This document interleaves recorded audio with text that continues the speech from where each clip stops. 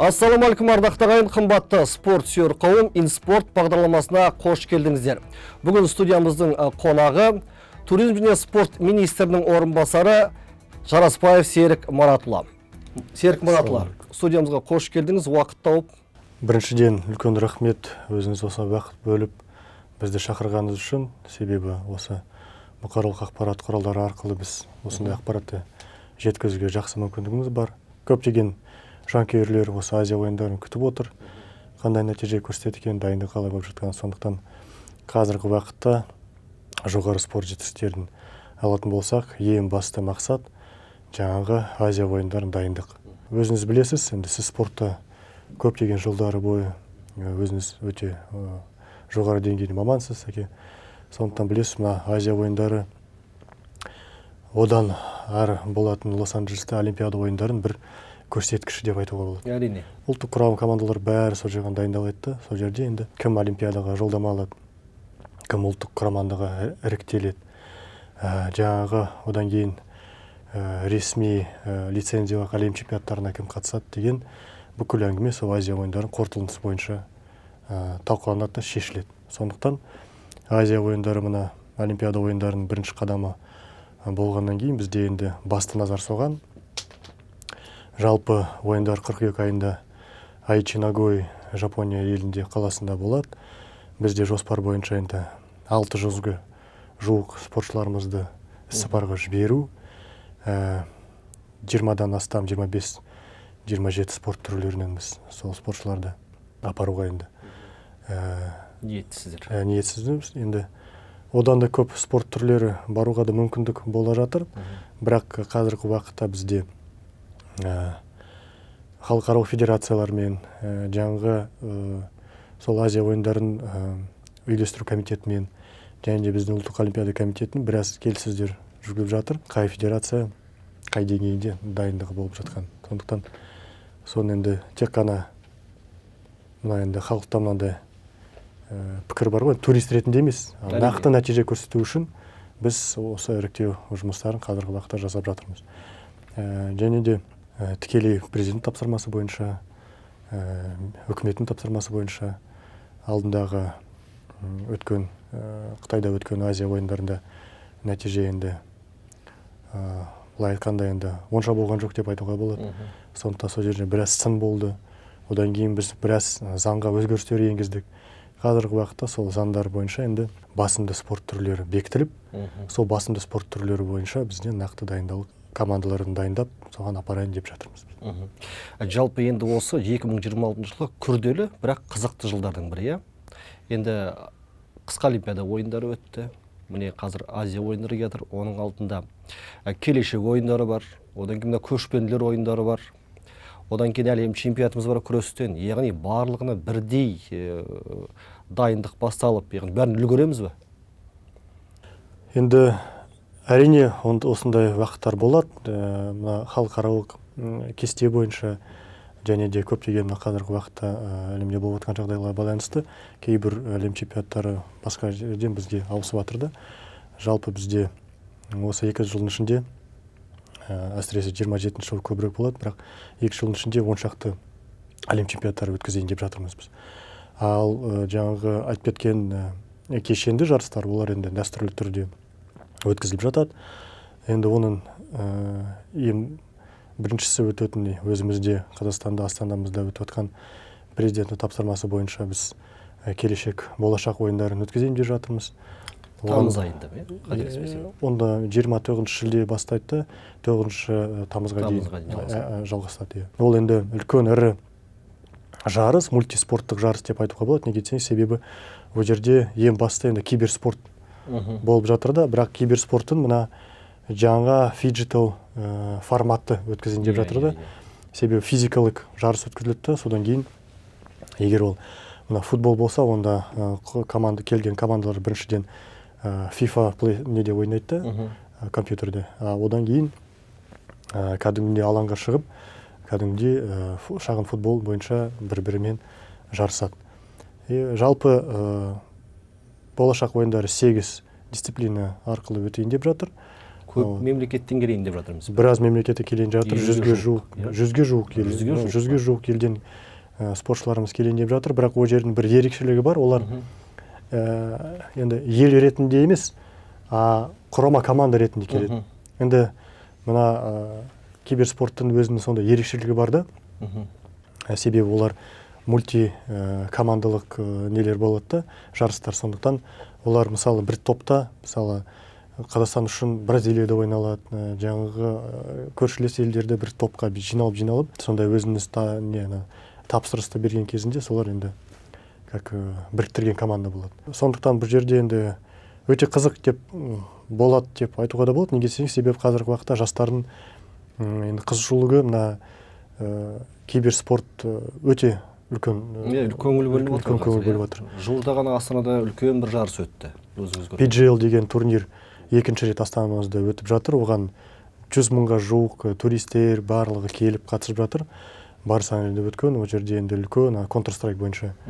Сондықтан мысалы бұл 10 жыл бұрын оны мен ойлаған жоқпын, қызығушылық болады деп біз бәріміз қазіргі уақытта енді 3-ші рет болашақ ойындары өткізейін деп жатыр. Бірінші Ресейдің Қазанында болған, екіншісі мына Абу-Дабида, Біріктірген Араб Эмиріктерінде. Бұл жерде ең бір ерекшелігі бұл қазақстандық спортшылардың өсіп сондай әлемдік деңгейге көтерілуі. Мысалы жаңағы Данил Головенко болсын, басқа спортшыларымыз, яғни қызығушылық артып, дәл осы Қазақстанда киберспорттың дамуына үлес қосып отыр.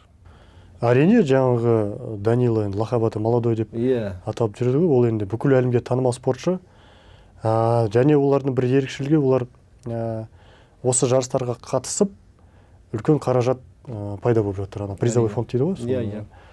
Сондықтан ол да тағы бір қызығушылықтың бірі деп айтуға да болады. Енді сондай турнирлар, коммерциялық турнир болғаннан кейін олар соларға қатысып, біраз сондай бір социалдық лифті айтуға болады шығар деп ойлаймын. Енді келесі ойындарды айтсақ, олар бізден енді дәстүрлі ұлттық спорт түрлерінен баяғыдан келе жатқан тарихы бар ойындар, ол көшпенділер ойындары 6-шы рет енді өткізілейін деп жатыр. Қырғызстанда өтеді. Болашақта енді Қырғызстанда өтеді. Осы жылы күзде Чолпан атада, Ескөлдің жағайында, олар уже қарқынды қазіргі дайындығының үстінде. Бізден бірнеше рет жиналысқа шақырған, нысандарын көрсетіп, анау тесттік турнирін өткізіп, сол жерде енді біраз жұмыстар өткізіп жатыр. Енді ол да үлкен жауапкершілік. Ол жерге де өзіңізге белгілі. Бұл 2 жыл бұрын бізде 24 жылы 5-ші көшпенділер ойындары Астанада өткен кезінде 100-ге жуық елдер келіп қатысып, 9 елдің президенттері келіп қатысты. Ол да үлкен деңгейін көрсетіп жатырды. Және жаңағы ұлттық спорт түрлерін дамуына өз үлесін қосып жатқан бір кешенді жарыс деп айтуға да болады.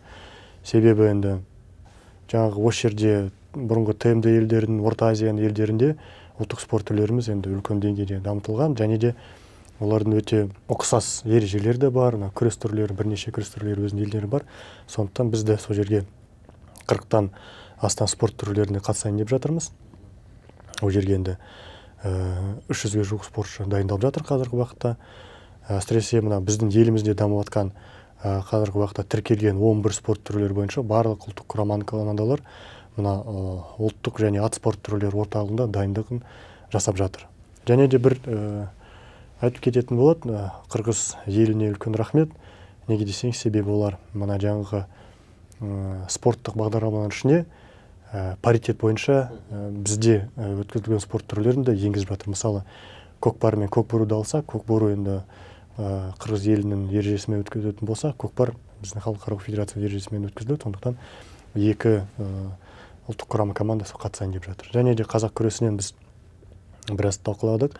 Анау ішіндегі салмақ дәрежелерін кішкене көбейту деген сондай бір-бірімізді қолдап, солай қазіргі уақытта қатысайын деп жатырмыз. Әрине де енді бізде дамып жатқан емес спорт түрлері де болады, басқа елдерден өзінің ұлттық спорт түрлерін, бірақ оған да біз қазіргі уақытта қарастырып жатырмыз. Басқа спорт түрлерінің спортшыларды тартып, толық құра команданы апарып, сол жерде қатысу. Бізде бір мына енді Астанада өткен бағдарламаның ішінде біз алып тас деген бір жарыс болған. Олар үлкен батырлардың арасында жарыстар деп тас көтеру, жаңағы арбаны тасу деген, беренені көтеру. Сол да мына жаңағы қырғыз елінде несіне бағдарламасына кірген болатын. Бізде де Тимур батырымыз соған қатысайын деп жатыр. Сондықтан осылай біз енді үлкен құрама командамен барайын деп жатырмыз. Жалпы осы 2020 жылдағы Миланда өткен қысқы олимпиада ойындарында Қазақстан командасы 2-1 тарихи алтын алды. Михаил Шайдоров және Ербол Хамитов бізде пара биатлоннан. Жалпы осы қысқы олимпиаданың өзіңіздің қорытындылап кетсеңіз. Енді расында да Миланда өткен қысқы олимпиада, паралимпиада ойындарында біздің спортшыларымызға үлкен рахмет. Үлкен дәрежеге дейін жеткізді елімізді. Туымыз желбіретті, әнұранымыз ойнатты. Бір емес екі рет. Сондықтан ол үлкен нәтиже деп айтуға болады, тарихи нәтиже. Себебі мысалы қысқы олимпиада ойындарында бізге соңғы рет 32 жыл бұрын тек қана Владимир Михайлович Смирнов шаңғы жарыстан Лилихаммерде алтынға ие болған. Қазіргі уақытта Михаил Шайдоров енді өз деңгейін растады, халықаралық деңгейінде ең үлкен нәтижеге қол жеткізіп, осы бізде осындай спортшыларымыз бар екенін паш етті. Енді әрине ол толықтай жаңа еліміздің қолдауының арқасында, президенттің қолдауының арқасында көптеген үкімет тарапынан және министрлік тарапынан бізде енді бағыныстағы ұйым бар, спорттық дамыту дирекция. Сол жерден де біраз қаражат құйылып, барлық оқу-жаттықтық жиындарын қамтамасыз етіп, шетелде болсын, елімізде болсын, жан-жақты қолдауының арқасында және әрине Михаил Шайдоровтың өзінің үлкен табиғи талантының арқасында осындай жетістікке жеткен болады. Оның үлесі де жаңағы әкесі де біраз қосқан кезінде, өзі жас болған кезінде мәнерлеп сырғанаумен айналысқан, және де қасындағы мына Ресей тарапынан келген үлкен дәрежелі маман, өзі кезінде олимпиада чемпионы болды 94 жыл. Бір ерекшелігі бар, олардың арасында ровно 30 жыл болған екен, 32 жыл. Жаңағы өзінің жаттықтырушы 94 жыл, дәл сол күндері жеңіске жеткен, және де мына шәкірті осылай келіп араға 30 жыл салып. Сонымен қатар паралимпиада ойындарында да біз көп ара уақыт салмай арасында жаңағы Ербол Хамитов өз барлық күшін салып, барлық жаңағы жеңіске тырысып, жаңағы намысын бермей, сол жерде үлкен нәтижеге жеткен болатын. Алтын медальді алып, және де екінші тарихи медаль, ол бір спортшы бір паралимпиада 2 медаль алған. Әрине, қола медаль шаңғы жарысынан және алтын биатлоннан үлкен нәтиже. Сондықтан оларды екеуін де президент жеке өзі қабылдап, үлкен мемлекеттік марапаттармен марапаттап, құрметтеп, солай енді. Мен бұл жерде сұрайын дегенім, енді жалпы олимпиада ойындарынан кейін халықтың жалпы олимпиада чемпионатының көзқарасы үлкен. Осы жерде құрмет, қошемет барлық жасайды. Министрлік тарапынан жалпы осы біздің екі батырымызға оларды бақылауда ұстап, яғни жұлдыз ауруына шалдығып кетпей, болашақта осы деңгейді ұстап тұруға, сол жағынан министрлік тарапынан осындай қадағалайсыздар ма? Енді әрине бізде олар біріншіден үлкен тұлға ретінде, және де ұлттық құрама команданың мүшелері ретінде біз әрине бақылауда ұстаймыз. Бізде жалпы ұлттық құрама командаға 3000 спортшылар кіреді. Оның ішінде штаттық командаға осындай ірі жарыстарға жеңімпаз болған және медальға ие болған спортшыларымыз кіреді. Олар міндетті түрде үлкен бақылауда болады. Федерациямен бірлесіп біз сол жұмысты жасаймыз. Бірақ қазіргі уақытта енді әрбір спортшы, осындай жоғары спорт дәрежесінде жүрген спортшылар өзінде енді жоспар қойылады, әрине. Бір олимпиада біткеннен кейін, сол күні екінші олимпиадаға дайындық басталады. Егер де ол өзіне сондай мақсат міндет қойып жатса, келесі олимпиадаға қатысамын деп, олар уже келесі күннен бастап босамай, демалмай, ары қарай өз жұмысын жасай береді. Сондықтан олар ұлттық құрама командада жүргеннен кейін бізді соған атсалысып, жаңағы қаражатын, іс-сапарын, жарыстарын бәрін де қадағалаймыз. Сонымен қатар да енді әрине мемлекеттен үлкен қолдау спортшыларға барды. Жаңағы үкімет қаулысы бойынша бірінші орын алған спортшыларға $250 000, және де міндетті түрде заң бойынша жергілікті атқарушы органдан пәтер беріледі. Басқа мемлекеттерде 2 дүркін, 3 дүркін, 4 дүркін олимпиада чемпионы шығып жатыр. Яғни Михаил Шайдоровтың да 2 дүркін олимпиада чемпионы болуға мүмкіндігі бар ғой. Сондықтан да осы халық тарапынан көңіл күйдің көпшілігінен, яғни өзінің спорттық жаттығуларын сол деңгейде жалғастырып, яғни әрдайым бабында болуына соны айтайын деп едім. Әрине, енді олимпиада төңірегіне шыққан спортшылар енді тарих көрсетері ғой. Әрине. Қайтадан соған тырысып жатады. Оның жақсы үлгісі жаңағы Елдос Сметов. Әрине. 12 жыл бойы спорт тастамай, режимде жүріп, жаттығуға жүріп, 3 медальға ие болған спортшы. Оның қасында Ольга Рыпакова. Бірнеше медальға, тоже 3 олимпиадаға қатысып, 3 медаль барлығын жинап алды. Сондықтан Михаил бауырымыз енді жасы жас, болашағы зор. Сондықтан бізден де қолдау болады. Егер де қайтадан жаңа олимпиадаға үлкен нәтиже көрсетем десе, біз қолдауға дайынбыз. Дәл осы Миланда тағы бір есте қалған сәт, Милан олимпиадасы кезінде Алматы қысқы Азия ойындарын қабылдайды, шешілді. Енді менің сұрағым, жалпы бірден Азия ойындарын өткізгеніміз дұрыс па? Біз тіпті қысқы олимпиада ойындарын өткізуге де мүмкіндігіміз бар ғой. Қалай ойлайсыз? Иә, расында да өте қызық сұрақ. Біз бірнеше рет негізгі олимпиада ойындарына тапсырыс беруге тырыстық. Бірінші рет қателеспесем 2014 олимпиадаға Сочиде, Ресейде өткен, біз 2006-8 жылдар берген тапсырысты. Бірақ өтпей қалды. Екінші рет жаңа Бейжіңде өткен 22 жылға Бейжіңмен таластық. 2 қана ұпай жеңіліп қалдық. Анау Бейжің 42 алса, біздікілер 40-қа тоқтады. Мүмкіндік бар әрине, бірақ енді ол үлкен деңгейде политикалық шешім, соның қатарына жаңа қаражат керек. Оны да бәрін қарастыру керек. Бірақ қазіргі президенттің тапсырмасы бойынша бізге алып атқан Азия ойындарда үлкен қысқы спорт түрлерін біріншіден деңгейін көтеру бойынша өз үлесін қосады деп сенімдемін. Екіншіден, жаңағы сол жерде Алматыға болған барлық инфрақұрылымды қайтадан жаңартып, сол жерде барлық ремонттарын өткізіп, инфрақұрылымды жасап болады деп айтуға да болады. Неге десеңіз, себебі басында 2011 жылы Астана мен Алматыда өткен 7-ші Азия ойындары мына жаңағы базасын салып кетті деп айтуға болады. Қаншама нысандар салынды, қаншама ел келіп қатысты. Сонымен қатар 2017 жылы 28-ші бүкіл әлемдік универсиада өтті. Ол да яғни тәжірибеміз бар ғой біздің. Соны айтайын деп едім. Тәжірибе бар, ғимараттар бар. Енді спортшыларымыз бар жаңа қатысып жатқан, сондықтан оны бәрін дамытып, ары қарай сондай бір импульс беру керек деп ойлаймын. Яғни болашақта алдымен Азия ойындарын осы жоғары деңгейде өткізіп алсақ, олимпиада ойындарын қабылдауға да бізге мүмкіндік сондай беретін шығар енді халықаралық олимпиада. Енді халықаралық олимпиада комитетімен жұмыс жасау керек оны, және де ең біріншіден осы халықпен осында пікір алмастыру керек, оны қаншалықты керек, қалай өткіземіз деп сондай бір шешімге келу керек деп ойлаймын. 2027 жыл енді бірден елімізде 5 бірдей әлем чемпионаты өткелі отыр, иә? Яғни осындай үлкен жарыстардың бәрін қазір дайындық жұмыстары басталып кетті ма? Иә, келесі жылы бізде өте жауапты жыл. Бізде бірқатар әлем чемпионаттары өткізілейін деп жатыр.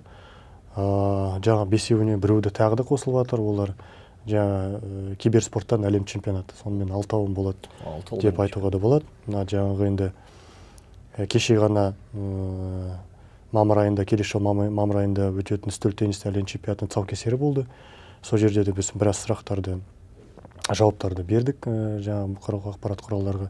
Қалай өткізіледі, кім қатысады дегендей, қай жерге өткізіледі дегендей. Қазірдің өзінен бастап жақсы дайындық жүріп жатыр. Дайындық қалай болып жатқан, себебі жаңағы жарысқа дейін бір жыл қалайын деп жатыр. Сондықтан сол біз енді міндетті түрде өзімізде сондай бір жұмыс тобын жасадық. Сол жұмыс тобы арқылы біз жиі түрде әрбір чемпионат бойынша өзіміздің ұйымдастыру комитеттерін өткізіп жатырмыз. Ең бірінші сол келесі жылы бастайтын ол бокстан әлем чемпионаты көкек айында өтеді, сәуір айында. Ол лицензиялық әлем чемпионаты. Лицензиялық, әрине олар барлығы да лицензия деп айтуға болады, себебі біреуінде рейтингі болады, біреуінде тікелей лицензия болады. Сондықтан олар жаңағы одан кейін келесі жылда 28 жылда Олимпиада ойындары өткізілген байланысты барлық бір жыл қалатын олимпиадалық спорт түрлерінен әлем чемпионаттарына міндетті түрде сондай бір өзінің ережесі бойынша балдары болады, рейтингі болады, лицензиялар болады. Сондықтан ол өте маңызды бізге әкеліп соны өткізіп жатқанымызға. Және де соның ішінде де жаңағы дзюдодан әлем чемпионаты өткізілді, себебі біз 4 жыл бұрын халықаралық федерацияның қол қойған кезде бізде жыл сайын гранд слам өткізілген болатын. Сол 4-ші гранд слам жуырда міне мамыр айында аяқталып, соның нақты нүктесі келесі жылы әлем чемпионаты болады. Ол бір өзінің ережесі бар да, сол әлем чемпионаты алу үшін сондай не. Сондықтан осы жылы бірінші рет тарихта елімізде жүзуден әлем кубок өткізілейін деп жатыр күзде. Ол да үлкен жарыс, ол жерде де бір өзінің жаңа рейтинг бойынша нелері де бар, балдары. Сондықтан біздің спортшыларымызға өзімізде үйде осы әлем чемпионатқа жақсы нәтиже дайындалып, жақсы нәтиже көрсету үшін біз сол барлық әлем чемпионаттарды алып жатырмыз. Мен айтайын деген бұл барлығы әрине бірден осы елімізде 6 бірдей әлем чемпионаты өте бекер емес. Бұл яғни халықаралық федерациялар тарапынан біздің Қазақстанға деген үлкен сенім ғой. Әрине. Біріншіден үлкен сенім, екіншіден үлкен жауапкершілік. Әрине. Неге десеңіз, себебі жаңағы халықаралық ұйымдарының өзінің үлкен нелері бар енді, талаптары бар. Сол талаптарды орындау үшін ол біріншіден аэропорттан басталды, визовый поддержка жаңағы, визалық қолдау, жаңағы инфрақұрылым, қонақ үйлер, жолдар, тамақтану, жаңағы спорттық нысанда сонында өзінің ішінде инвентарға дейін қалай болады, қандай болады, өзінің құрал жабдықтарына өздерінің ережелері бар. Сондықтан соны бәрін орындау үшін енді үлкен жауапкершілікті. Әрине 100-ге жуық ел келіп Астанаға жаңағы 1000-нан астам спортшылар келіп жатса, ол да сонымен қатар оның арқасында мыңдаған туристер келсе, ол да бір экономикаға өз пайдасы. Инвестиция ғой. Иә, ол және туризмнің бір дамуының жолы деп айтуға болады. Туристерде келген туристердің барлығы өз қаражатын қалдырады ғой елімізде. Турист жаңағы деректерге тоқталатын болсақ, өздерінің мына есептері бар. Шетелдік бір турист $1,5 мың дейін өзі осы елге келгенде қалдырады екен. Қаражат қалдырады екен. Ал бұл жаңа жарыста жанкүйерлер келіп, өз спортшыларын қолдаушы бізге пәленбай турист келсе жақсы ғой, экономикада өзінің үлесін қосады деп айтады. Оларда бір термин бар, майс туризм деген. Майс туризм ол бір жарыс ивент өтіп жатса, соған өзінің бір жаңағы жанкүйерлер келеді екен. Жаңағы PGA турнир сияқты. Яғни бұл сында біздің спорт нысандары, жаңа әуежайдан бастап, қонақ үйлеріміз осының бәрін қабылдауға дайын ба? Әрине, соны бақылау үшін халықаралық федерациялар немесе халықаралық олимпиада комитетінің өкілдері бір жыл бұрын ресми түрде келіп, шешім қабылданған кейін келеді, тексереді. Қандай нысандар бар, қандай инфрақұрылым бар, қандай жаңа жабдық құралдар бар, соның бәрін тексереді. Даже жаңағы өзіміздің мына ПТС, түсірілім қалай болады, бродкастинг қалай болады, соның бәрін нақтылап, өзінің бір чек-листтары бар да, сол чек-лист арқылы өзіне белгі алады. Егер бірдеме жетпес болмаса, немесе деңгейі басқаса болса, онда бізге уақыт беріледі, соны сатып алып қойып алуға, және де ары қарай оны жеткізеді. Жаңағы уақытта барлық біз айтып жатқан әлем чемпионаттарының өкілдері келіп, бәрін тексеріп алды. Жуырда күрес спорт түрлерінің WWE федерацияның өкілдері келіп, күрестен әлем чемпионатының бәрін қарастырып, соған бізге рұқсат беріп жатыр. Сондықтан әрбірдің өзінің технолегаттары келіп, растап кетті, бәрін бізге қол қойып, сол неге келісім шарттарға. Яғни әрбір үлкен жарыс алдында өзінің бір дайындық концепциясы болады. Әрине. Қарап дайындайсыз. Райдер дейді ғой, сол райдермен келеді, сол райдер бойынша біз оған талапқа сай болу керекпіз. Яғни жиі олар ол қадағалап отырады екен алдын ала. Иә. Олар бір жылға қалдырмай, жылдың ішінде айына бір-екі рет, бір-екі айда бір рет келіп тұрады да, соның бәрін қадағалайды. Бізбен бірлесіп, сол кеше ғана көрген шығарсыз, Геннадий Геннадьевич Головкин өзінің жаңа бас хатшысымен, Том Дилан дегенмен, W Boxing Organization бас хатшысымен бірлесіп келіп, жаңағы әлем бокстан әлем чемпионатының дайындығын қарастырып, нысандарын қарастырып, министрлікте жиналыс өткізді, жергілікті атқарушы органда Жеңіс Махмудовичке кіріп шығып соның бәрін талқылады. Және де ең үлкен үлес ол әрине осындай ірі жарыстарда алған кезінде ол жергілікті атқарушы органда, әсіресе Астана қаласының әкімшілігінде жатады. Оларға үлкен алғыс, үлкен рахмет. Әрдайым Астанада болсын, басқа өңірлерде болсын, әкімшілік толықтай қолдап, қандай жаңағы халықаралық талаптарына сәйкес бәрін жасап береді, соның бәрін бірлесіп өткіземіз. Сон тағы бір жақсы жаңалық бар, осы Астанада спорт академиясы салынып жатыр, үлкен. Сон осы жайлы ақпарат беріп кетсеңіз. Енді жақсы жаңалық, біріншіден ол үлкен университет құрылысы аяқталды. Ресми түрде біз барлық жаңағы өзінің актылары бар, сол актыларға қойылып, ол енді қабылдауға алынды туризм және спорт министрінің балансына. Сонымен қатар қазіргі уақытта ол жерде спорттан ұлттық университет орналасып жатыр. 3000-ға жуық студенттер ол жерде оқуын жаса алады. Қазіргі уақытта уже жартылай сол жерде оқу басталды, бірақ енді біз оның ресми ашылуын күтіп отырмыз. Енді бәрі жақсы болса, алдымызда шілде айында ашылу болады деп сенімдеміз. Яғни жол біз техникалық ашылу салтанатында болдық, Ненат Лаевич келген сәтте. Яғни сол кешеннің ішінде барлығы бір орналасқан, бір жерде орналасқан спорт залдары, даладағы инфрақұрылымның барлығы. Өте ыңғайлы, оның үстіне қасында колледж де бар сияқты. Жалпы ол жерде енді өте үлкен күрделі нысан. Біздің енді ақпаратымыз бойынша біз зерттеп шықтық. ТМД елдерінде ондай университет болған жоқ алдында. Біз бірінші болып жатырмыз, сондықтан ол жерде 20 гектар жерде 12 үлкен ірі нысан бар. 200 мыңнан астам спорттық жаңағы шаршы метр салынып жатты ол жерде. Сондықтан ол жерде 12 нысан ішінде олимпиадалық түрлеріне арналған, су түрлеріне арналған арнайы 2 бассейн бар. Жеңіл атлетикалық манеж бар, жабылған және ашық алаңда бір стадион бар. Ол жерде мультифункционалдық үлкен кешен бар. Ол жерде жалпы бәрін алатын болсақ, 20-дан астам спорт түрлеріне арнайы арналған бір нысандар бар.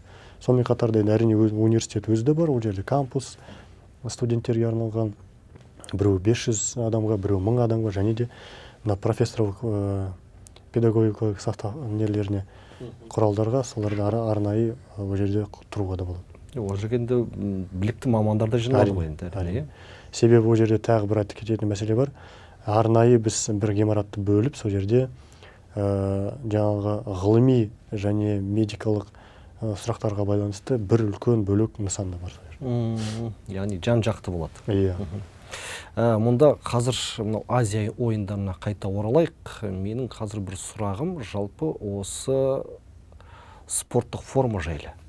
Осы Азия ойындарына салтанатты шеруге шығатын спорт түрі. Қазір осы белгілі бір бұл спорттық киімнің тігетін компаниясы белгілі ма, және әлде мүмкін киімдердің дайын шығар, осы жайлы ақпарат беріп кетсеңіз. Енді бізде қазіргі соңғы уақытта бір тәжірибе бар. Біз спорттық форманы сапалы және жоғары деңгейде болу үшін халықаралық брендтерді тартуға тырысып жатырмыз. Енді реклама ретінде айтпай қоям, бірақ үлкен ірі америкалық халықаралық бренд. Келісім шарт бар ғой. Жаңағы қысқы олимпиада және паралимпиада ойындарына арнайы біз алған болатынбыз. Солар спортшылар бәрін киіп, өзіңіз көрген шығарсыз, жаңағы нелерде, инстаграмда бәрі сонымен бөлісіп жатты да. Енді жаңағы алдағы болайын деп жатқан Азия ойындарына біз тағы да сондай демеушілік арқылы форма алайын деп жатырмыз. Халықаралық бірнеше компаниямен келіссөздер өткізіп жатыр.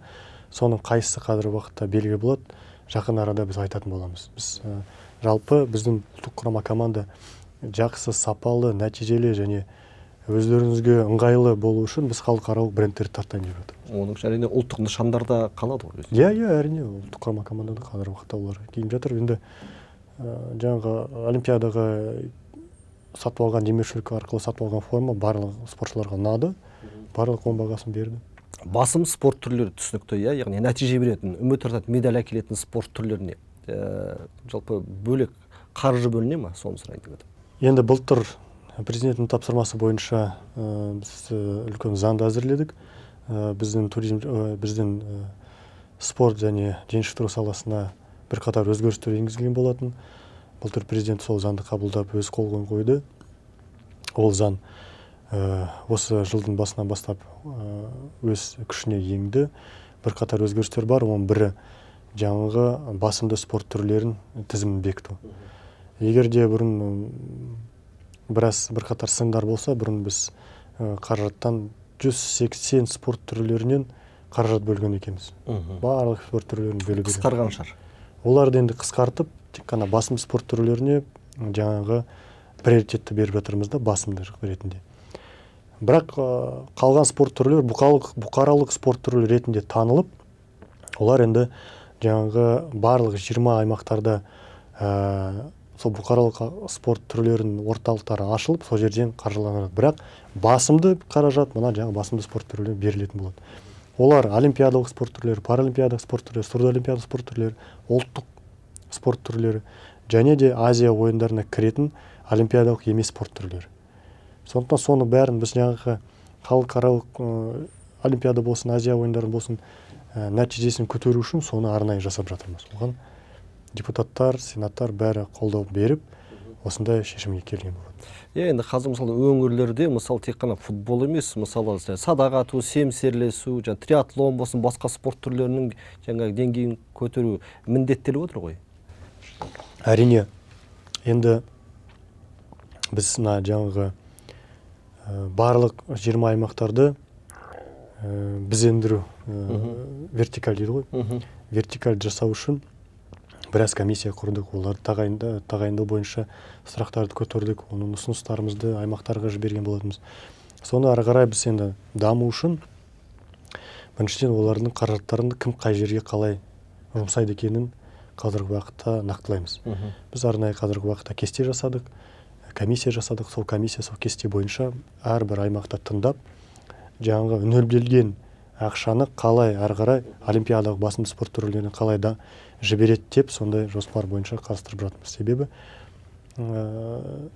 балалар жасөспірімдер спорт мектебін алсақ, қаражат тапшылық айтсақ. Сондықтан біз тағы да бір заңға өзгерістер енгізіп, осы жылдан бастап бізде жалпы 526 балалар жасөспірім мектептері бар екен. Оның ішінде 400 мыңнан астам балалар жаттығады. Сондықтан солардың деңгейін кішкене көтеру үшін біз мына жаңағы басына шаққан қаражат арқылы жасаймыз жатыр, подушевое финансирование, соны жасап жатырмыз. Бұрын егер де сметалық қаржыландыру бойынша бір спортшыға 220-230 мың теңге бөлінсе, қазіргі уақытта подушевое финансирование арқылы 415 мың теңге көзделеді. Сонымен қатар жаттықтырушылардың жалақысын көтеру үшін республикалық бюджет комиссияның оң шешімімен, премьер-министрдің қолдауымен біз жаңағы курстарды өткен жаттықтырушыларға 30% үстінен жалақы тағы да жаңағы қосымақы беріп жатырмыз. Сондықтан сол бәрін жаңағы реформаларын жасалып жатқан мәселе ол жаңағы олимпиадаға үлкен нәтиже жеткізу үшін. Яғни ал олимпиадалық емес спорт түрлеріне жалпы қазір қаржы бөлінбейді, олардың тағдыры не болады деген? Олимпиадалық спорт түрлеріне жатпайтын спорт түрлеріне қаражат бөлінеді, бірақ ол қаражат жаңағы басымды спорт түрлеріне қарағанда бірқатар аздау болады. Неге десеңіз, себебі жаңа мен басында айтып кеткен 180 спорт түрлері барлығын қаражаттан толықтай төлеуге мүмкіндік жоқ бізде. Сондықтан біз приоритет ретінде қойып отырмыз да, бірақ аналарды бұқаралық спорт түрлері ретінде танылып, жаңа орталықтар ашып, сол жерден қаржыланады. Олар өздерінің Қазақстан чемпионаттарын өткізіп береді, демеушілік тауып халықаралық жарыстарға қатыса береді, жаңағы календарный жоспарын қалдырдық, және спорттық разрядтарын бәрін қалдырып, солар өзінің талаптарын орындай береді. Егер де болашақта олар олимпиада бағдарламасына кіріп жатса, Азия ойындарына кіріп жатса, оларды біз бұйрықты өзгертіп, басымды спорт түрлеріне кіргізетін боламыз. Жалпы бізде енді бағыт сондай, себебі 23 жылы Азия ойындары қорытындысы бойынша президент спортшыларды қабылдаған кезде сондай бізге тапсырма берген болады. Жаңағы барлық федерацияларға қаражатты бермей, тек қана осында нәтиже көрсететін олимпиадалық спорт түрлерін беру. Және де тағы бір соның ішінде де үлкен өзгеріс ол мына федерацияларды біріктіру.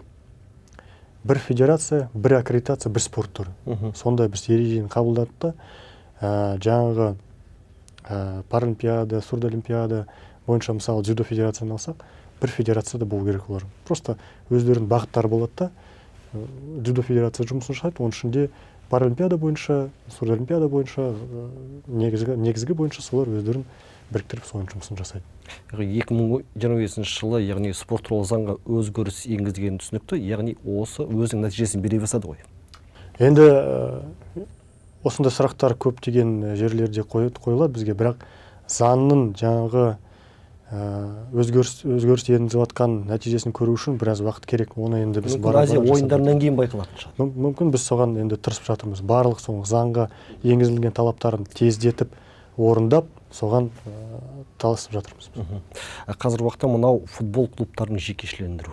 Осы мәселе бойынша ойыңызды білдірсеңіз. Жаңа футболдардың қаражатын бекіту, ол да осы былтыр қабылданған заңның бір ережесі деп айтуға да болады, бір нормасы.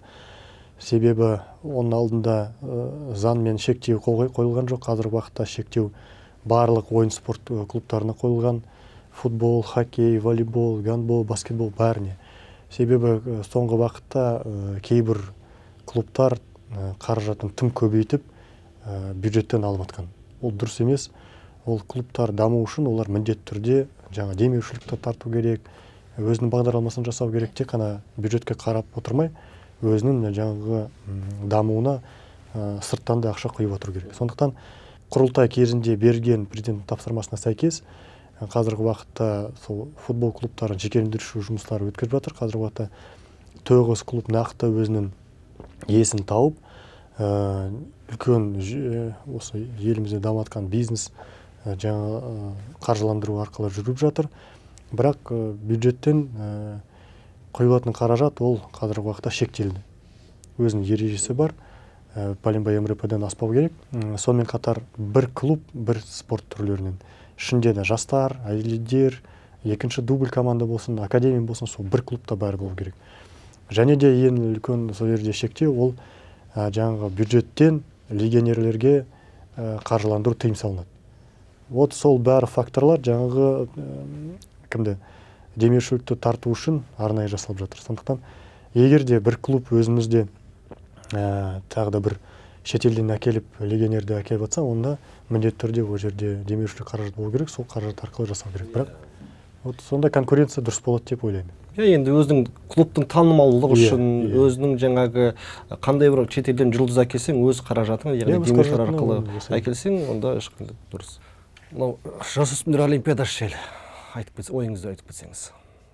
Жасөспірімдер олимпиада жаңа кешенді жарыстарының іріктеуінің біреуі. Олар Дакарда өтейін деп жатыр.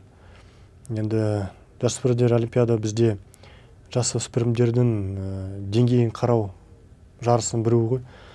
Олардың да Азия ойындарының, жасөспірімдер Азия ойындары өткізілген былтыр араб елдеріне болды. Сондықтан оған да бір дайындығы бар бізде. Жалпы оған бізде 3 ірі олимпиадалық даярлау орталығы жұмысын жасап жатыр. Екеуі осында Астанада, біреуі Алматыда. Сол жерде бір қатар бізде жастар құрама командасында спортшыларымыз бар. Біз оған да дайындалып жатырмыз. Себебі кеше ғана жасөспірімдер олимпиадаға қатысқан спортшылар 1-2 жылдан кейін уже кәдімгі ересек спортшылар болып, әлем чемпионаттарына қатысады, Азия ойындарына қатысады. Сондықтан ол да біздің резервінің және ізбасарлардың қай деңгейінде қарауын бір жарысы деп айтуға да болады. Қазақстандық журналистер осы спорттың дамуына көмектесе ме, әлде керісінше ме? Өзіңіз енді тәжірибелі мемлекеттік қызметкер ретінде ойыңызды айтсаңыз. Жалпы қазақстандық спорттық журналистика өте жақсы деңгейдің үстінде деп айтуға да болады. Біріншіден сол саламен айналысатын сіздің әріптестеріңізге тек қана алғыс. Неге десеңіз, себебі сіздер арқылы біз осының бәрін жеткізіп жатырмыз. Кім қай деңгейінде, ол жерде әрбір пікірлер де болады, оны да қабылдау керек.